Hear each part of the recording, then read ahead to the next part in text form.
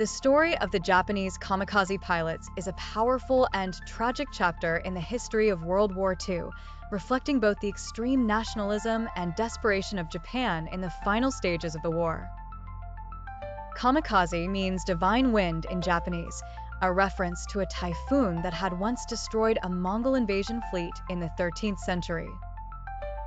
The kamikaze pilots, however, were human instruments of destruction, sacrificing their lives in suicide attacks against Allied naval forces, particularly American ships, in an attempt to turn the tide of the war in Japan's favor. As World War II progressed, Japan found itself increasingly on the defensive.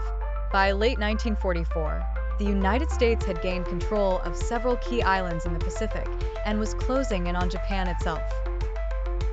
American naval and air superiority was overwhelming, and Japan's ability to defend itself through conventional warfare was diminishing.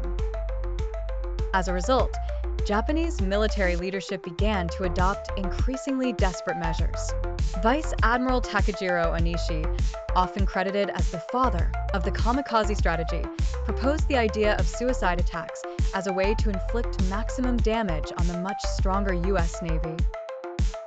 Onishi believed that by using planes as guided missiles, piloted by men willing to die for their country, Japan could exact a heavy toll on the U.S. fleet and perhaps slow its advance toward the Japanese mainland. On October 25, 1944, during the Battle of Leyte Gulf, the first official kamikaze attacks were carried out. Kamikaze pilots were typically young men, often in their late teens or early 20s, who were either volunteers or selected for the mission. Many were students or young soldiers who had been conscripted into the Japanese military.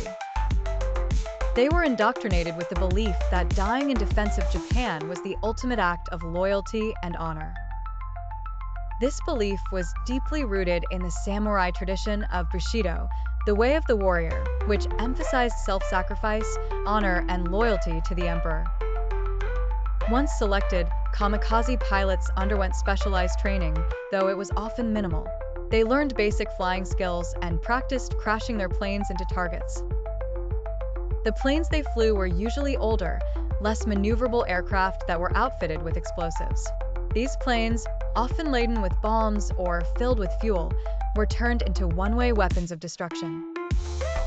Before their missions, pilots were often given ceremonial sake, wrote farewell letters to their families, and received blessings from Shinto priests.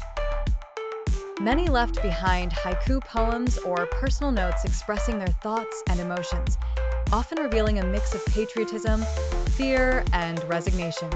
Kamikaze attacks were carried out primarily during the latter part of the Pacific War, starting in 1944 and continuing until Japan's surrender in 1945.